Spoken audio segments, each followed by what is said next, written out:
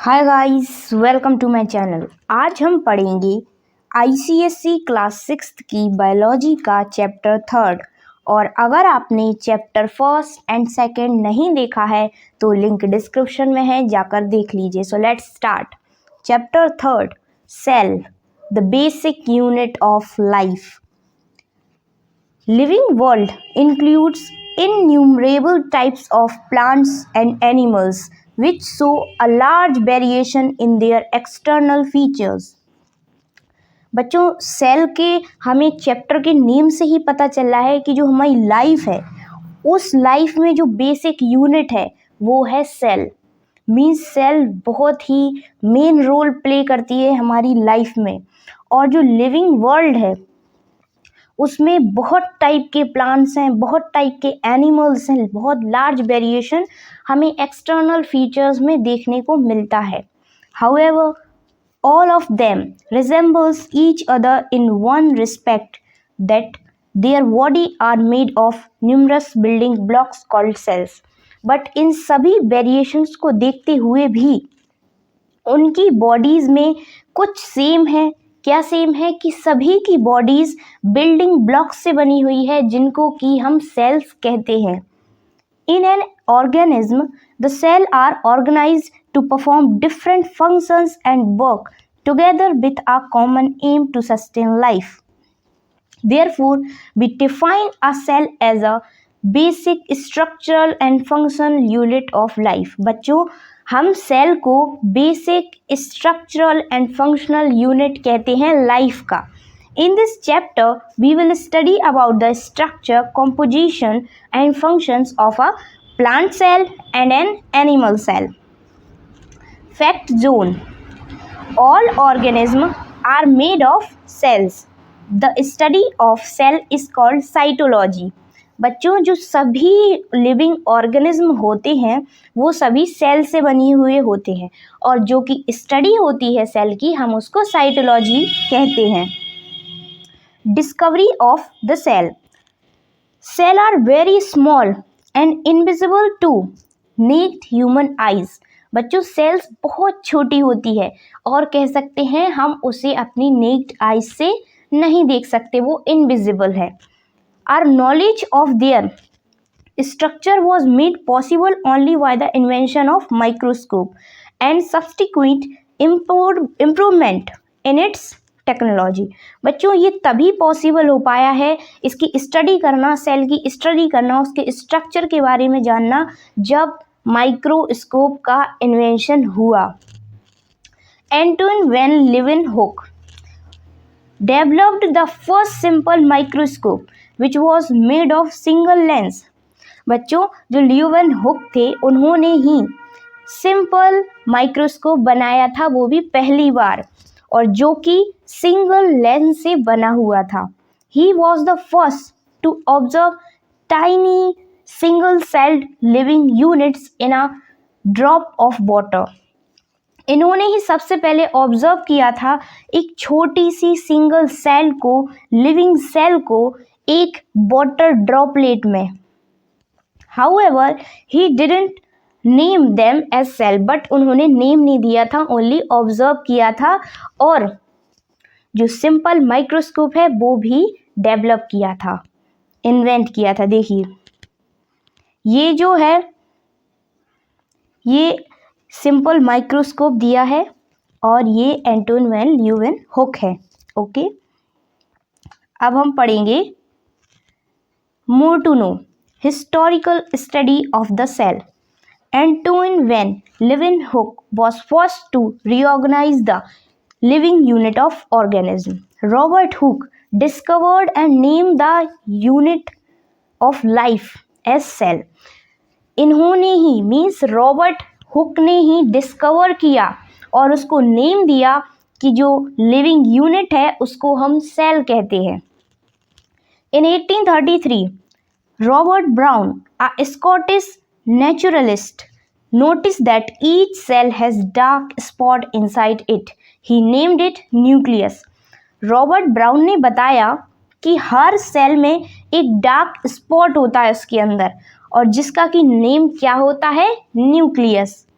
In 1838, Matthias Jakob Sichland, a German botanist, proposed that all plants are composed of cells. बच्चों, जो हमारे German botanist थे, इन्होंने बताया कि जितने भी प्लांट्स होते हैं वो सभी किसके कंपोज होते हैं, वो सभी सेल्स से बने हुए होते हैं. A year later, Theodore Johann come to be same conclusion about the animal cell. और जो थियोडर चौहान थे, इन्होंने बताया, एस इसका साइलेंट है बच्चों, तो इसलिए इनका नाम है थियोडर चौहान. तो इन्होंने कंक्लूजन दिया एनिमल सेल के बारे में कि जो एनिमल होता है वो भी एनिमल सेल से बना हुआ होता है. All these conclusions lead to the formation of cell theory, which states that all organisms are composed of cell. The cell is the structure and functional unit of living being, and all cells are produced from pre-existent cells. बच्चों, इन सभी conclusion देने के बाद, इन सभी theories को देखने के बाद, सभी साइंटिस्ट की थ्योरीज को देखने के बाद फॉर्मेशन हुआ सेल थ्योरी का, जिसमें कि क्या क्या मेन पॉइंट्स थे. सभी जो ऑर्गेनिज्म होते हैं वो सेल से बने हुए होते हैं. जो सेल है वो स्ट्रक्चरल एंड फंक्शनल यूनिट है लाइफ की.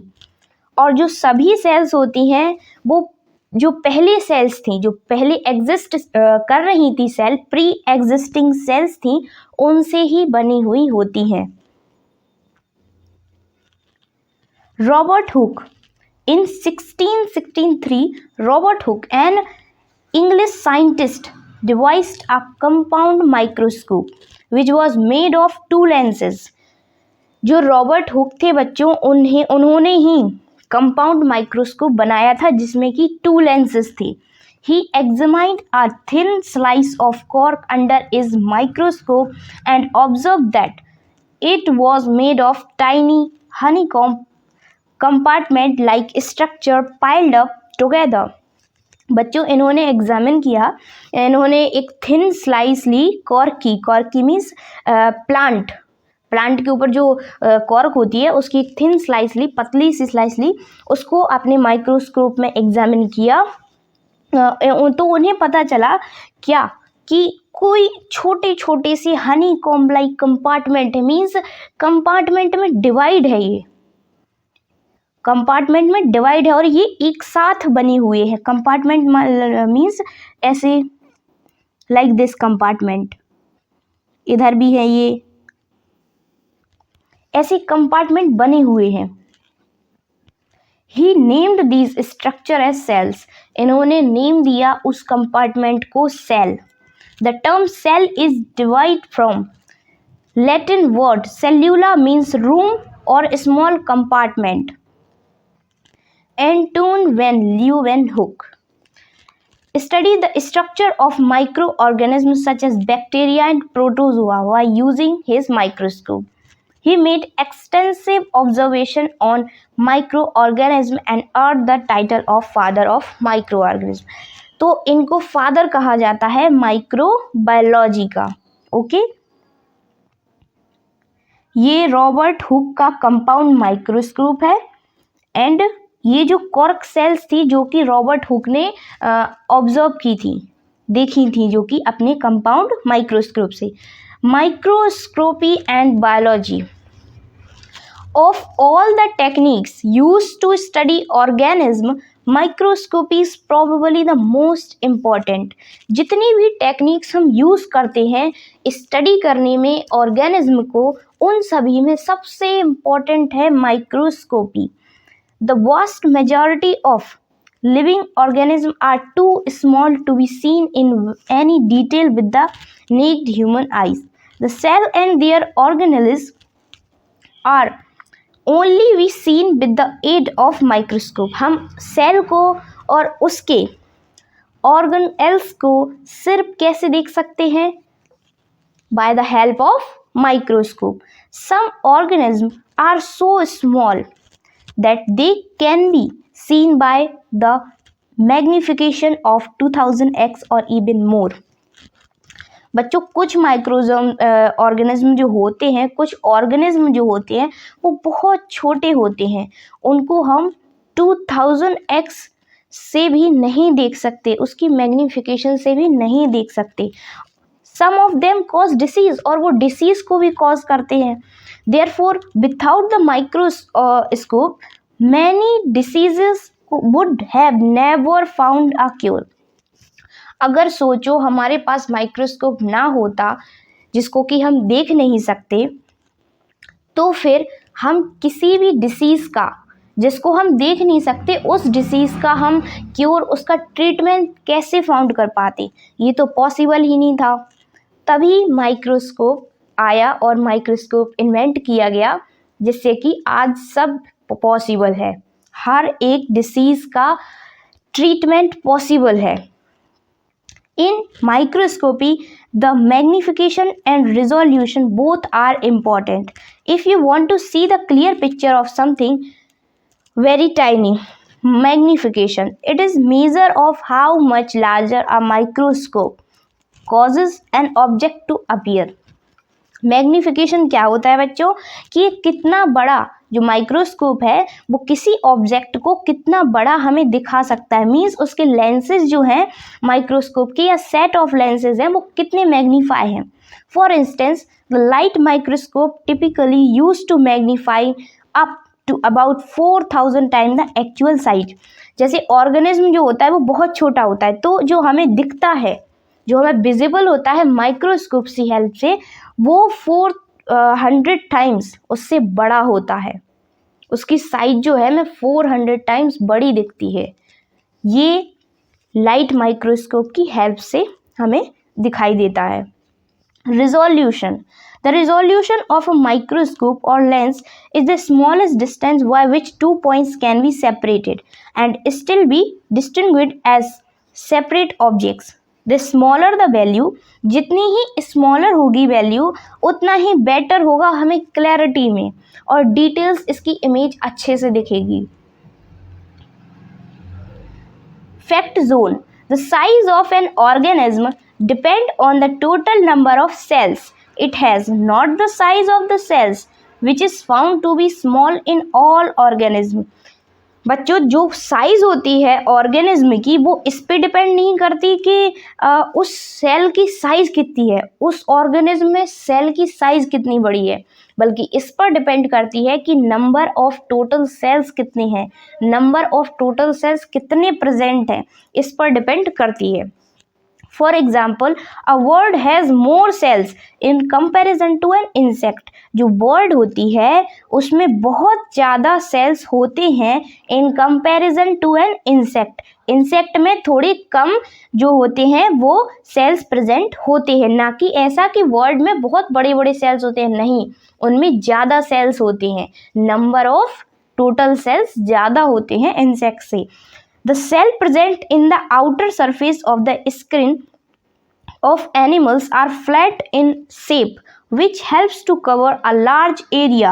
बच्चों जो सेल्स होते हैं वो प्रेजेंट होते हैं, जो कि आउटर सरफेस पे प्रेजेंट होते हैं स्किन के किसी भी एनिमल में, वो फ्लैट होते हैं शेप में, जो कि हेल्प करते हैं ज़्यादा सरफेस एरिया को, ज़्यादा लार्ज एरिया को कवर करने में। In plants the cell which carries water and food are thin and long in their structure.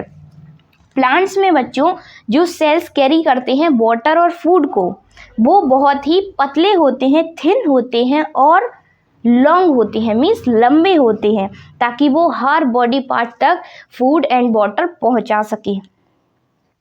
Different life spans of cells on the basis of their types and functions, the cells in human body have different lifespan. बच्चों अलग अलग types में और अलग अलग functions के ऊपर जो सेल्स होती हैं ह्यूमन बॉडी की, उनमें डिफरेंट लाइफ स्पैन होता है। बच्चों सेल्स की बात हो रही है, ह्यूमन बीइंग के लाइफ स्पैन की बात नहीं हो रही है, ये सेल्स के लाइफ स्पैन की बात हो रही है। For example certain cells of digestive tract live for only few days.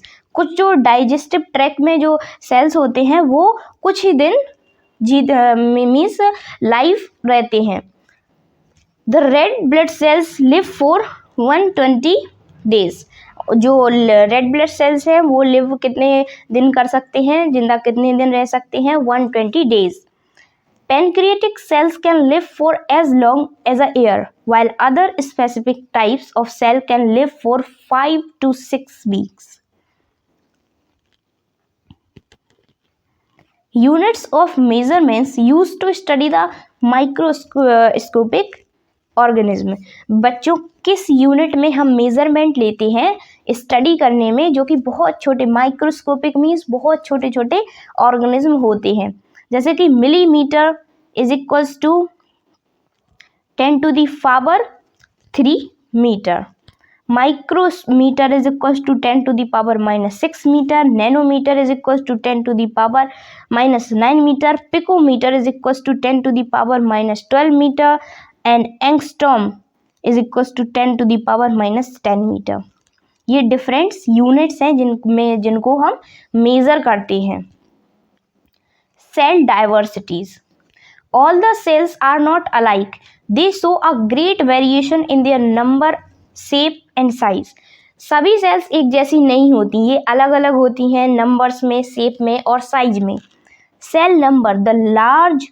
the number of cells in an organism depend upon the size of the organism. बच्चों जो नंबर ऑफ सेल्स प्रेजेंट होती हैं किसी भी ऑर्गेनिज्म में, वो depend करती हैं उसकी साइज पर कि ऑर्गेनिज्म कितना बड़ा है, उसमें उतनी ज़्यादा नंबर ऑफ सेल्स होंगी जितना कि ऑर्गेनिज्म का साइज बड़ा होगा। In comparison to large organism the small organism have less number of cells. The organism that are made of a single cell called unicellular organism. बच्चों जो ऑर्गेनिज्म सिंगल सेल से बने हुए होते हैं, सिर्फ एक सेल होती है उनमें, उनको हम यूनिसेल्यूलर ऑर्गेनिज्म कहते हैं। इसकी क्या एग्जांपल्स हैं? Amoeba and paramecium.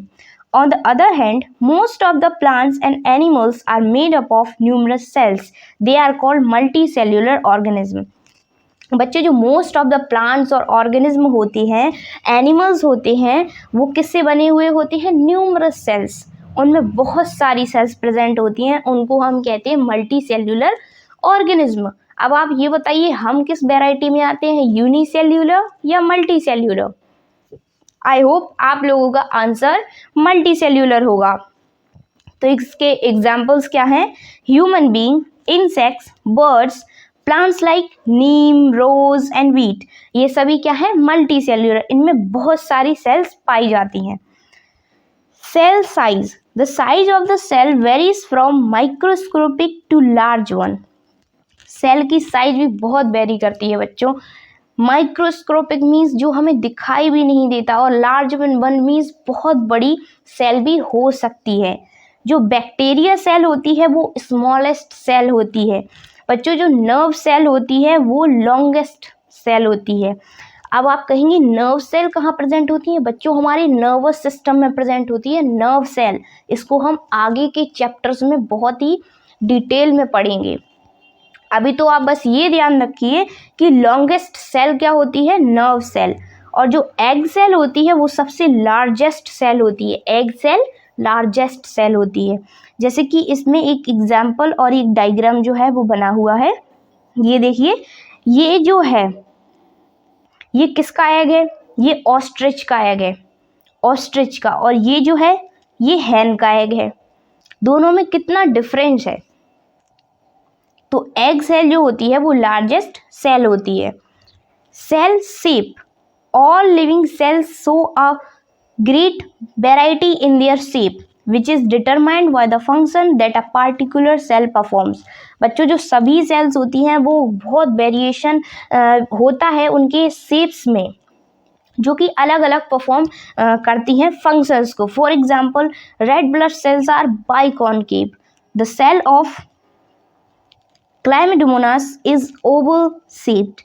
Spirogyra a multicellular algal जो होता है उस वो किस शेप का होता है? सिलेंड्रिकल शेप का होता है। उसकी बॉडी जो होती है वो सिलेंड्रिकल शेप की होती है। Amoeba is an irregular shape, amoeba का कोई रेगुलर शेप नहीं होता, वो किसी भी शेप में चेंज हो जाता है। Paramecium is in slipper shape,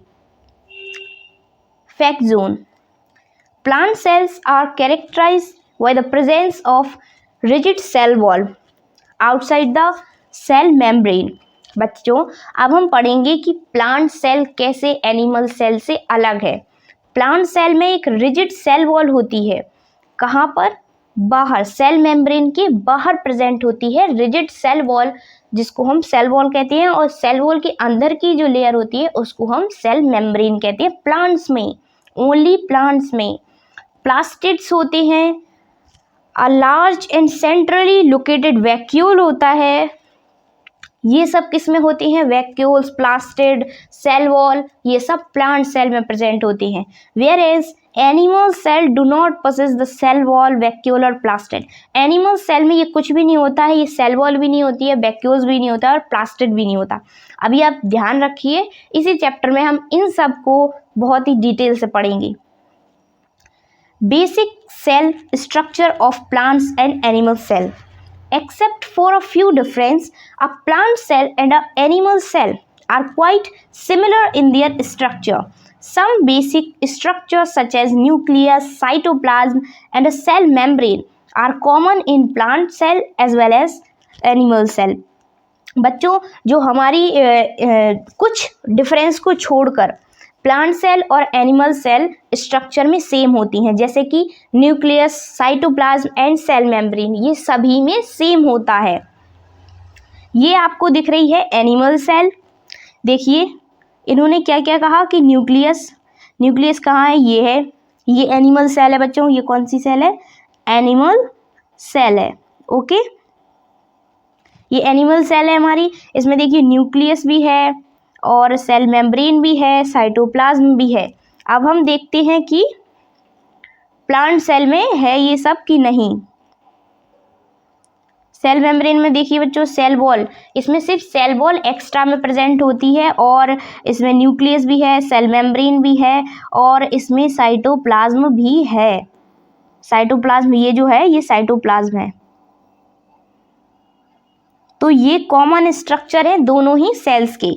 दोनों ही सेल के कॉमन स्ट्रक्चर ये हैं कि इनमें न्यूक्लियस, साइटोप्लाज्म और सेल मेम्ब्रेन्स प्रेजेंट होते हैं कॉमनली।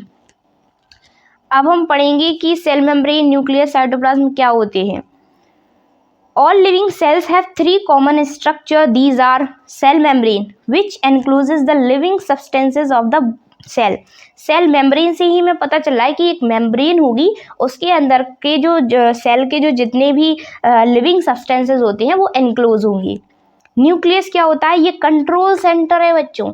ये कंट्रोल सेंटर, जैसे कि हमारी बॉडी का जो ब्रेन है वो क्या है? Control centre. ऐसे ही जो सेल का कंट्रोल सेंटर होता है जो कि सारे फंक्शंस को कंट्रोल करता है, वो होता है nucleus. Nucleus controls the functions of the cell. Its liquid part is called nucleoplasm. और न्यूक्लियस जो है बच्चों, जैसे कि मैं बना के दिखा देती हूँ, ये न्यूक्लियस है, इसमें कि एक ऐसे लिक्विड भरा हुआ है, उसको हम न्यूक्लियोप्लाज्म कहते हैं। क्या कहते हैं लिक्विड पार्ट को? न्यूक्लियोप्लाज्म।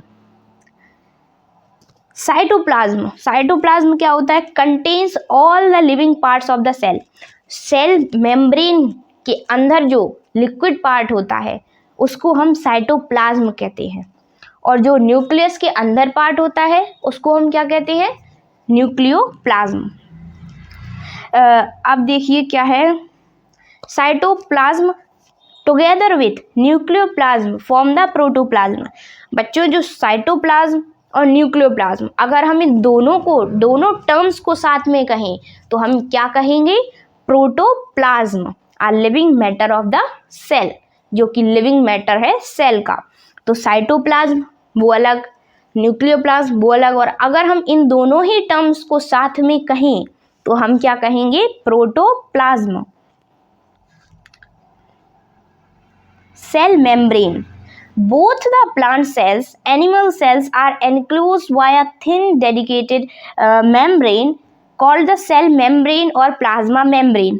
बच्चों, प्लांट सेल में भी और एनिमल सेल में भी एक थिन मेम्ब्रेन प्रेजेंट होती है, उसको हम सेल मेम्ब्रेन भी कहते हैं, प्लाज्मा मेम्ब्रेन भी कहते हैं।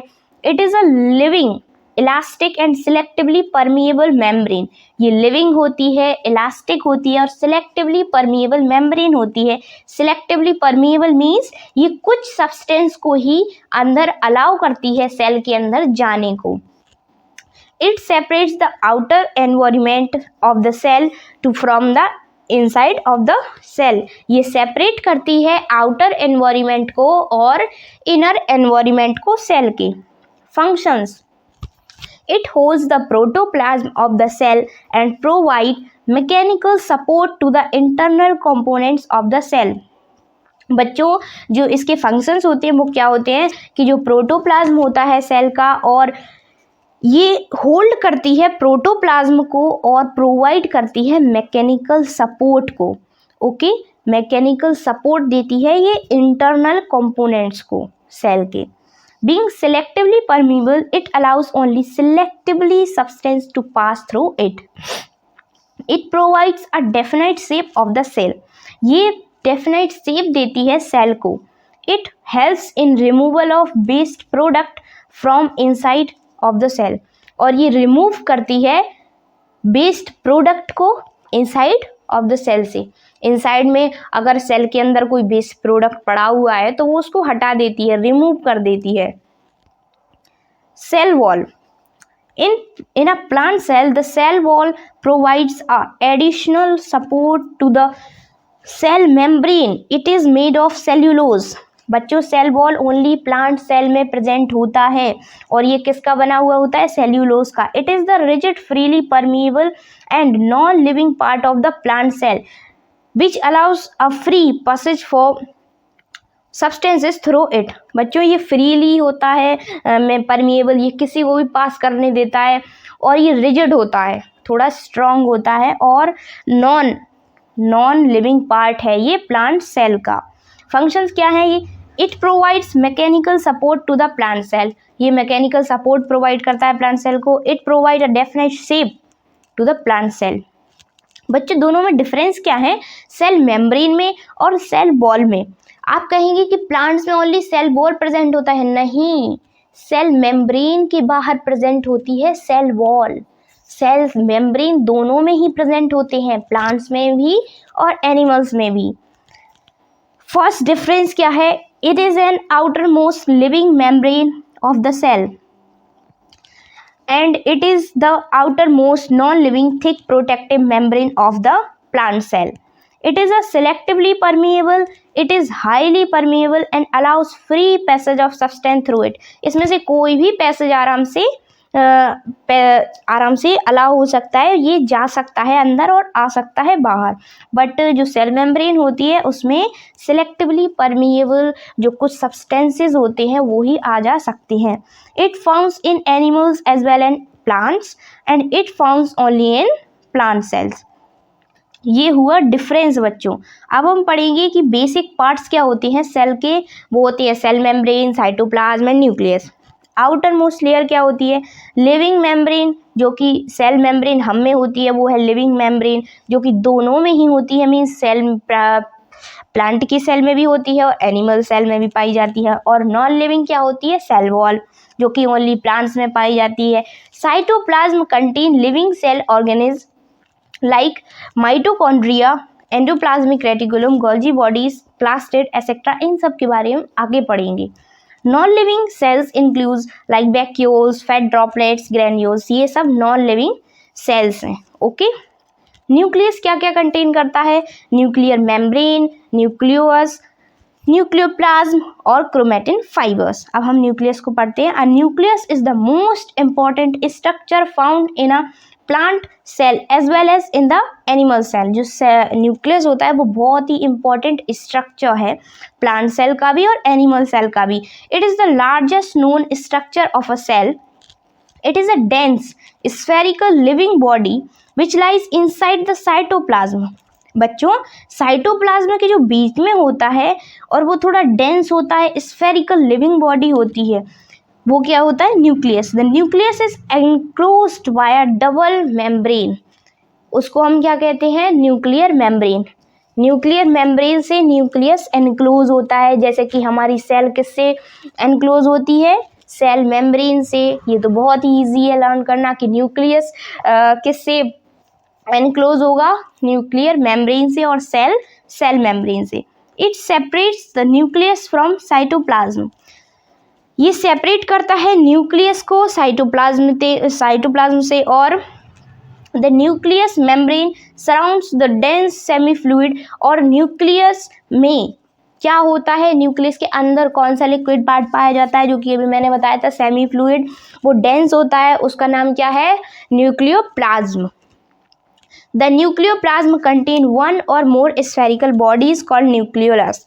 बच्चों, जो न्यूक्लियोप्लाज्म होता है उसमें स्फेरिकल बॉडीज होती हैं, उसको हम न्यूक्लियोलस कहते हैं। एक नेटवर्क पाया जाता है जिसको हम क्रोमेटिन फाइबर्स कहते हैं। पहले मैं आपको स्ट्रक्चर समझा देती हूँ वरना आप बोर हो जाएंगे। ये देखिए, ये हमारे पास एक स्ट्रक्चर है न्यूक्लियस का। ये जो है ये क्रोमेटिन फाइबर है। पहले बाहर से स्टार्ट करते हैं। ये है न्यूक्लियर मेम्ब्रेन। पहले बाहर से स्टार्ट करते हैं। ये है न्यूक्लियर मेम्ब्रेन जिसमें कि सब जो न्यूक्लियस होता है वो एनक्लोज है। और इसके अंदर ये है न्यूक्लियोलस जो कि स्फेरिकल बॉडी है। ये न्यूक्लियर पोर्स हैं जो कि एक दूसरे के बीच में जो थोड़ा सा पोर लाइक स्ट्रक्चर है, ये न्यूक्लियर पोर है। ये क्रोमेटिन है, क्रोमेटिन फाइबर जो है ये दिख रहा है आपको, फाइबर लाइक स्ट्रक्चर। और ये न्यूक्लियोप्लाज्म है, जो ये ग्रीन ग्रीन स्ट्रक्चर है, ये सब न्यूक्लियोप्लाज्म है। अब आपको न्यूक्लियस अच्छे से समझ में आएगा। अब हम पढ़ते हैं इसको। द न्यूक्लियोप्लाज्म कंटेन, न्यूक्लियोप्लाज्म में अभी हमने देखा कि स्फेरिकल बॉडी होती है, वो क्या होती है, न्यूक्लियोलस। और एक नेटवर्क लाइक स्ट्रक्चर होता है जिसको कि हम क्रोमेटिन फाइबर कहते हैं। फाइबर्स लाइक स्ट्रक्चर था ना अभी ये, तो इसको हम क्रोमेटिन फाइबर्स कहते हैं। अब देखिए, each chromatin fibre contain thread like structure जिसको कि हम क्रोमोसोम कहते हैं। बच्चों, हर क्रोमेटिन फाइबर में थ्रेड लाइक स्ट्रक्चर होता है जिसको हम क्रोमोसोम कहते हैं। The chromosome carries genes which are carries of parental characters passed on from the parent to their childrens. बच्चों, क्रोमोसोम्स जो होते हैं वो जीन्स को कैरी करते हैं। जीन्स के वो क्या होते हैं, ये कैरियर्स होते हैं हमारी पेरेंटल स्ट्रक्चर से, पेरेंटल कैरेक्टर्स के। जो हमारे पेरेंट्स के कैरेक्टर्स जो हमें पास्ड होते हैं, मीन्स पेरेंट्स से जो कैरेक्टर्स पास होते हैं चिल्ड्रंस में, उनको कौन कैरी करता है, जीन्स। और जीन्स को कौन कैरी करता है, क्रोमोसोम। अब आया ना समझ में कि जो जैसे हम जो होते हैं, हम अपने पेरेंट्स के जैसे कैरेक्टर के होते हैं, मीन्स हमारे जैसे पेरेंट्स के कैरेक्टर्स होते हैं, कुछ कुछ सिमिलैरिटीज़ होती हैं हम में, तो वो कैसे होती हैं, हम उनकी तरह सिमिलर ही दिखते हैं। हम लोगों के दिखने में भी कहते हैं ना कि मम्मी पे गए हैं कि पापा पे गए हैं, तो ऐसे ही हो जो जीन्स जो होते हैं वो हमारे पेरेंट्स से कौन कैरी करता है, जीन्स, क्रोमोसोम। ओके, इसके फंक्शंस क्या होते हैं न्यूक्लियस के। Okay, it controls and coordinates all the vital activities of the cell, therefore it is called the brain of the cell. मैंने क्या कहा था बच्चों, जैसे हमारी बॉडी में ब्रेन होता है सेंटर, ऐसे ही जो कि सभी फंक्शंस को कैरी करता है, ऐसे ही इस सेल में जो मेन फंक्शन को निभाता है, जो कि कंट्रोल सेंटर है सेल का, वो कि क्या है, nucleus. It contains the chromosome which carries the parental characters in the form of genes. ये जो क्रोमोसोम होते हैं ये पेरेंटल कैरेक्टर्स को कैरी करते हैं जिनको कि हम जीन्स कहते हैं। It plays an important role in the cell division, और ये सेल डिवीज़न में भी बहुत हेल्प करता है। ये भी स्ट्रक्चर दिया हुआ है ओनली न्यूक्लियस का। ये न्यूक्लियोप्लाज्म है, ये न्यूक्लियस मेम्ब्रेन है, ये न्यूक्लियस है, ये क्रोमेटिन फाइबर है, but it is very clear. Okay, so बच्चों, आज का लेक्चर बस यहीं तक। आगे के लेक्चर में हम कंटिन्यू करेंगे। So stay happy, stay motivated and God bless you all. Have a nice day. Thank you.